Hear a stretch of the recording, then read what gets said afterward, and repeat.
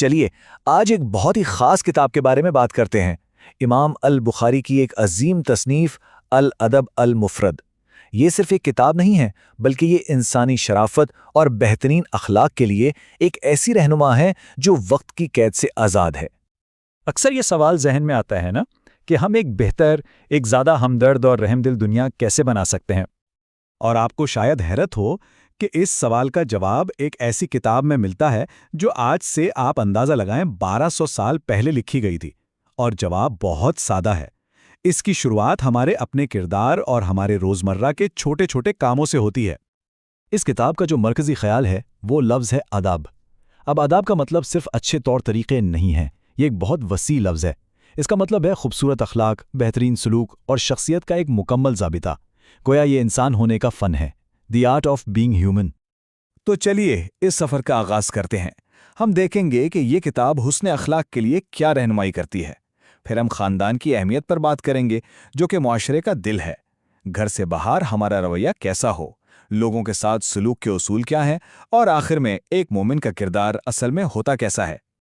تو شروعات کرتے ہیں پہلے حصے سے، حسن سلوک کے لیے ایک رہنما۔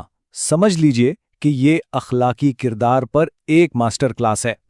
اس پوری کتاب کی آپ کہہ لیں بنیاد وہ اس ایک حدیث پر ہے، جہاں نبی کریم صلی اللہ علیہ وآلہ وسلم نے فرمایا، مجھے بہترین اخلاق کی تکمیل کے لیے بھیجا گیا ہے۔ تو صاف ظاہر ہے کہ ان تمام تعلیمات کا اصل مقصد ہی کردار کو سنوارنا ہے۔ اچھا، تو جب ہم اچھے کردار کی بات کرتے ہیں تو اس کی شروعات کہاں سے ہوتی ہے؟ بالکل، گھر سے، یعنی خاندان کے دل سے، کیونکہ یہی ایک نیک معاشرے کی بنیاد ہے۔ اور خاندان میں بھی سب سے اونچا درجہ کس کا ہے؟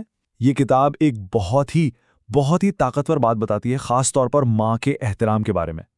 میں اللہ کے قریب لے جانے والے کسی ایسے عمل کو نہیں جانتا جو ماں کی خدمت سے بہتر ہو۔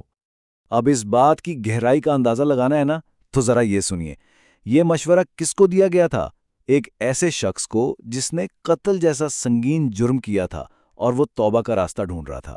اس سے والدین کے ساتھ اچھے سلوک کی اہمیت کا اندازہ ہوتا ہے۔ اسی طرح کتاب میں 3 ایسی دعاؤں کا ذکر ہے جن کے بارے میں کہا گیا ہے کہ وہ ہمیشہ قبول ہوتی ہیں بلا شبہ۔ ایک مظلوم کی دعا، دوسری مسافر کی، اور تیسری والدین کی دعا اپنی اولاد کے لیے۔ اس سے بھی والدین کے مقام کا پتہ چلتا ہے۔ والدین کی خوشی کتنی ضروری ہے، اس کا اندازہ اس واقعے سے لگائیں۔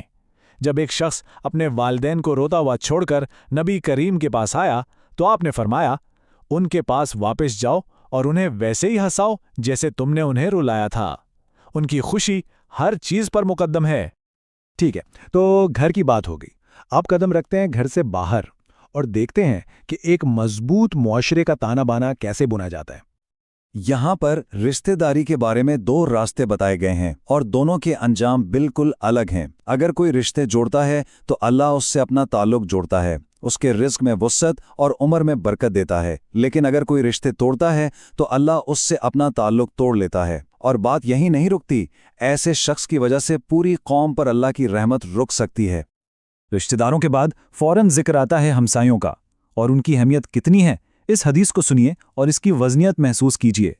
جبریل علیہ السلام مجھے ہمسایوں سے اچھے سلوک کی اتنی تاکید کرتے رہے کہ مجھے گمان ہونے لگا کہ شاید وہ انہیں میرا وارث ہی نہ بنا دیں۔ اور یہ صرف لفظی بات نہیں ہے، اس کا عملی پہلو دیکھیں۔ بات بہت سیدھی اور صاف ہے۔ وہ شخص مومن نہیں جو خود تو پیٹ بھر کر سوئے جبکہ اس کے برابر والا ہمسایہ بھوکا ہو۔ یہ ایمان کی بنیادوں میں سے ایک بنیاد ہے۔ چلیے اب دائرے کو اور وسیع کرتے ہیں، خاندان اور ہمسایوں سے نکل کر پورے معاشرے میں ہمارا سلوک کیسا ہونا چاہیے۔